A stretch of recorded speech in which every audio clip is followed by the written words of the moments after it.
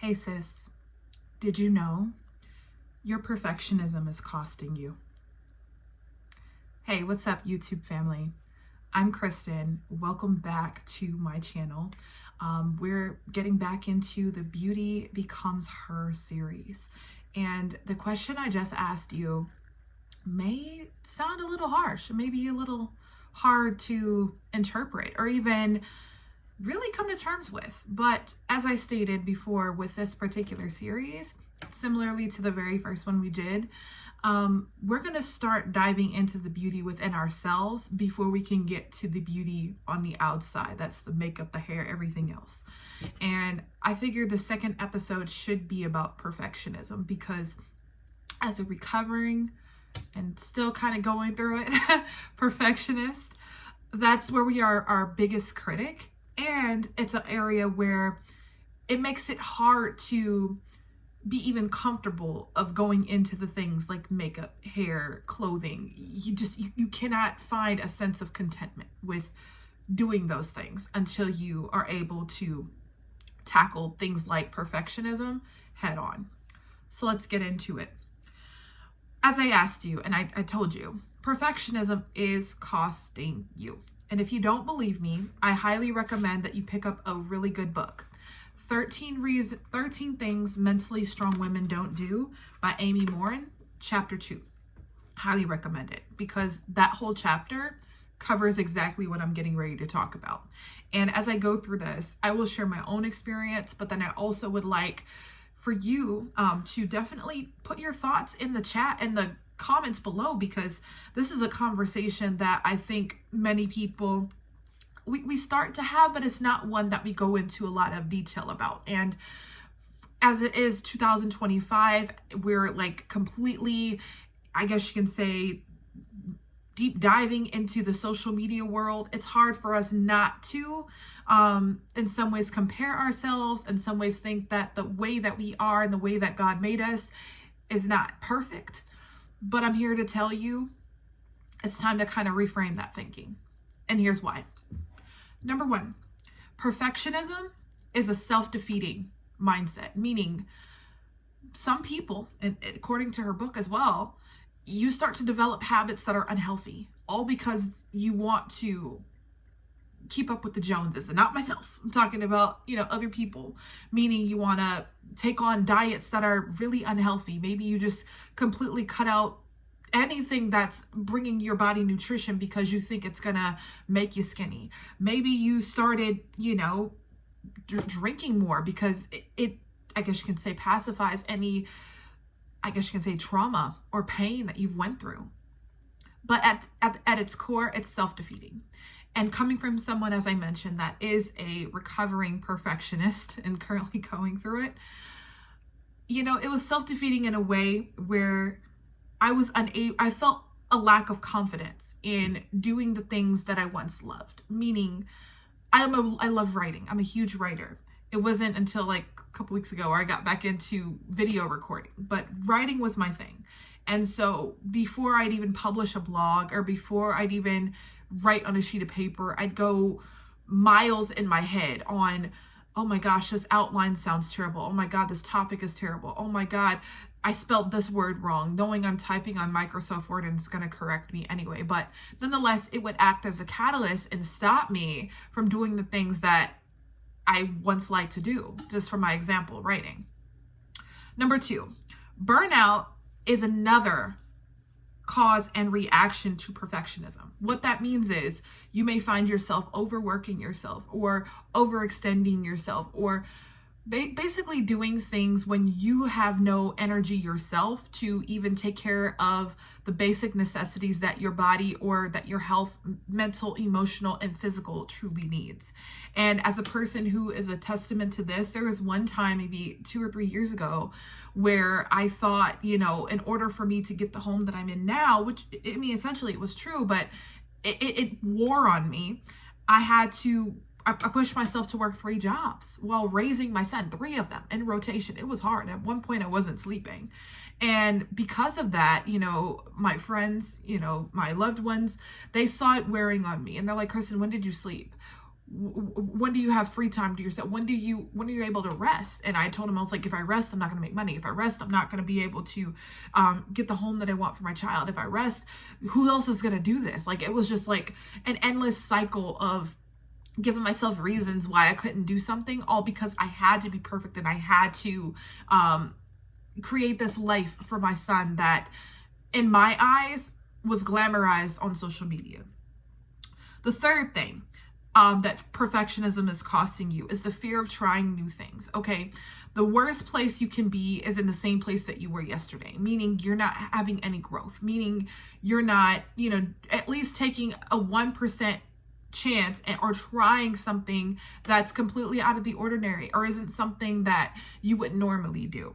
And because you have that fear, and because you're unable to, I guess you can say, be open to being optimistic and, accepting new ideas, you get stuck in your own rotation and way of doing things. And to be honest with you, that can cost you, whether it's excelling in your career, whether it's, maybe even excelling as a parent or just as a human being in general, because unlike if you choose to stay in that mindset, the world is going to continue to move forward with or without you. And it's important that you find a way to battle through that, whether it's going to therapy, like I'm going, shout out to Talkspace, this video is not sponsored by any means, or simply just finding a loved one to talk with, or in my other favorite way of, I guess you can say, self-improvement and self-growth and mental health recovery, excuse me, it's writing or journaling.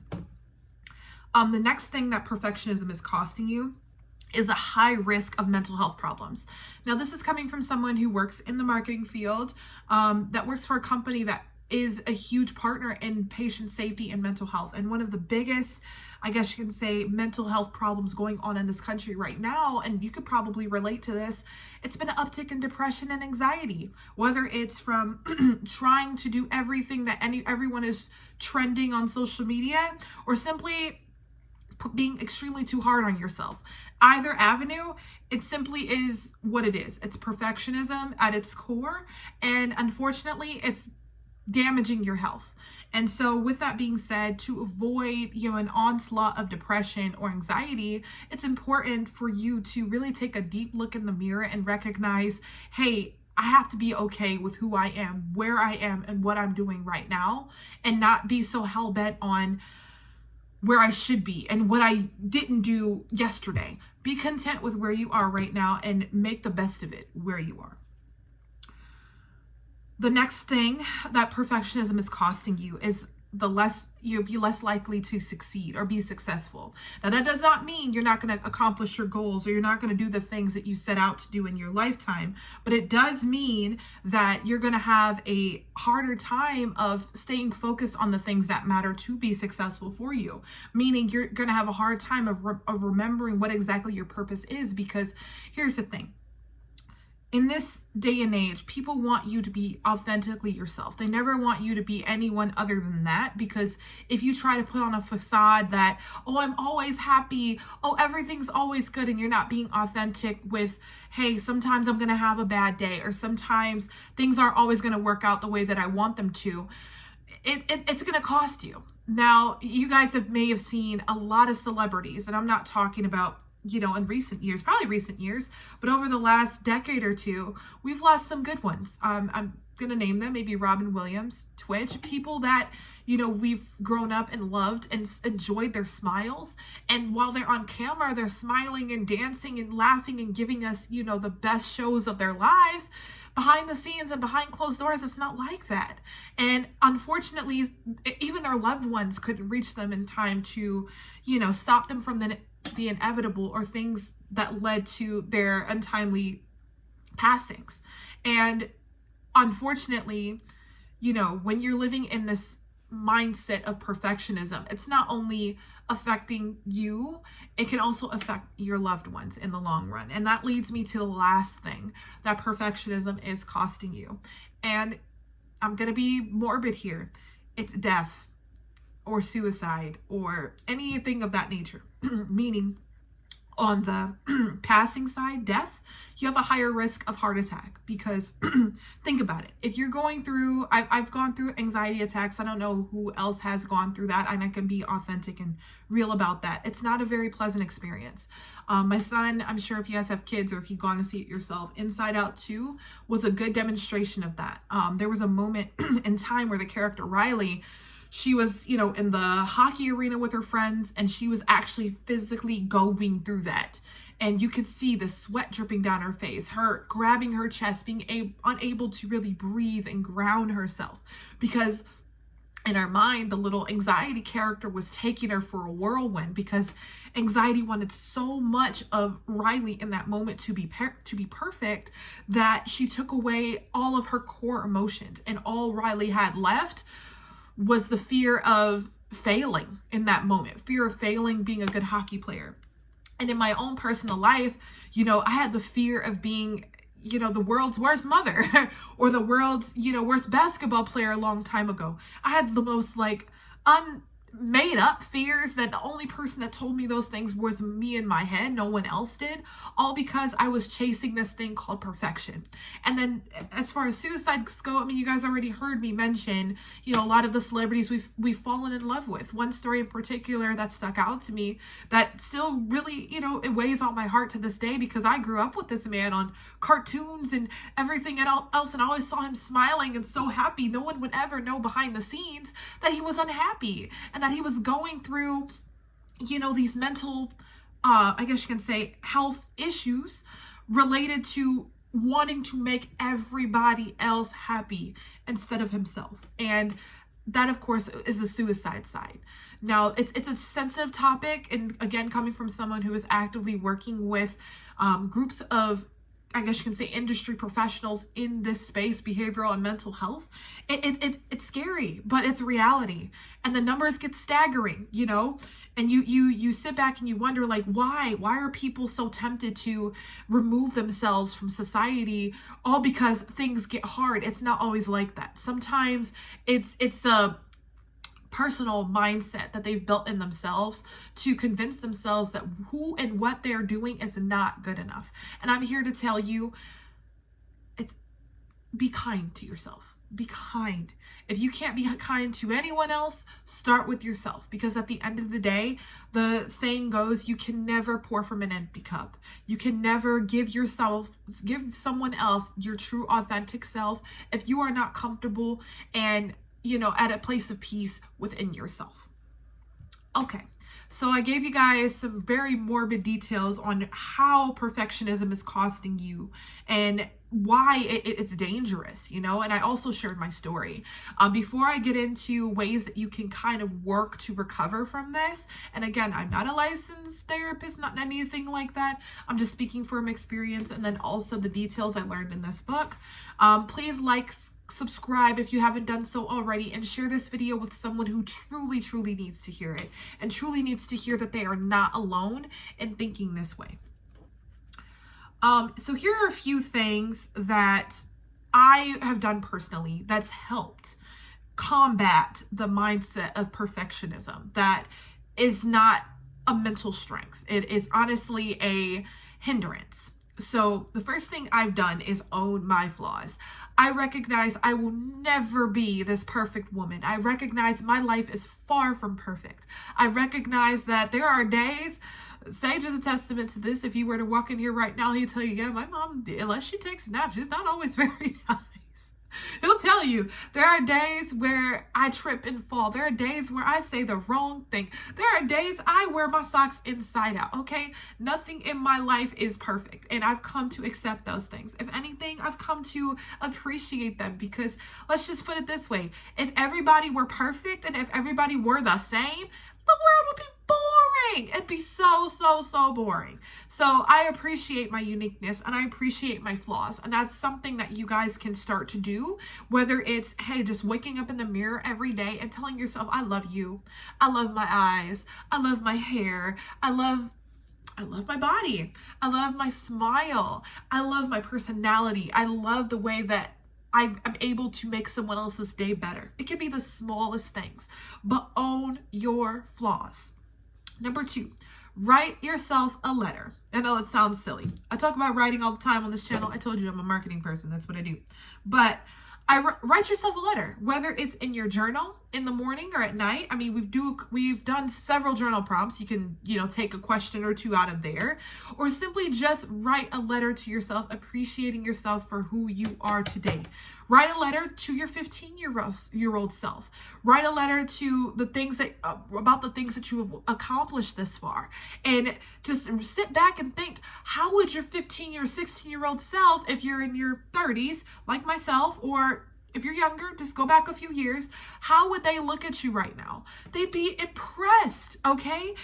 For a second there, I thought my 15-year-old self would be ashamed of me because I'm not married or anything, but I have a little boy that's amazing. I didn't think I was going to be a mom like this. And, for a second there, I thought I was going to play basketball until I died. But that's not what happened. I have a career. I have my degrees. I have a network of people that have inspired me. I have a really great support system. Like, there are things that have happened in my life that I'm truly proud of. And with that, I've been able to put it on paper. I've been able to talk about it like I am right now. And I've been able to wake up every single day and show gratitude that I am perfect the way that I am. I'm perfect in my story because God made me that way. But that I don't have to be perfect for anybody else. And in terms of wanting to change because society is making us do that, or because I'm not jumping on the latest trend, I'm okay with just being who I am, and that is good enough. And the last thing that you can do is recognize that being imperfect makes you stronger. It's a strength. It's not a weakness. Okay. Let's say, for example, you have a disability, or whether it's, a physical disability, or maybe mental and emotional disability, whatever the case may be. Use that as your driving force to make a statement in this world, to make a statement saying that you are proud of who and what you are and what you're able to do. Because believe it or not, even if you are in a wheelchair, or I wear glasses and I'm supposed to be wearing them right now, you can make a difference for people that are just like you, simply by just being yourself and loving and owning that. When I did my scrolling endlessly on TikTok, I used to see, videos of people, and honestly, their smiles were good enough for me. I didn't care half the things that they were saying. I thought the videos were really good. They were enticing, but their personalities, the smile, just being appreciative of everything that they have and what they're able to accomplish was good enough for me. So again, own your flaws, write yourself a letter, whether it's to your younger self or your current self, and just recognize what your strength truly is and where it lies. And it lies in being an imperfect, and own that and be okay with that, because no one else in this world is going to do that for you. All right. Well, we've reached our time today. Thank you so much for joining another Beauty Becomes Her series episode, number 2 of this one. And I don't know what number YouTube video I'm on, but I'm going to keep this thing rolling. I appreciate you guys for listening in, and I look forward to seeing you guys on our next video.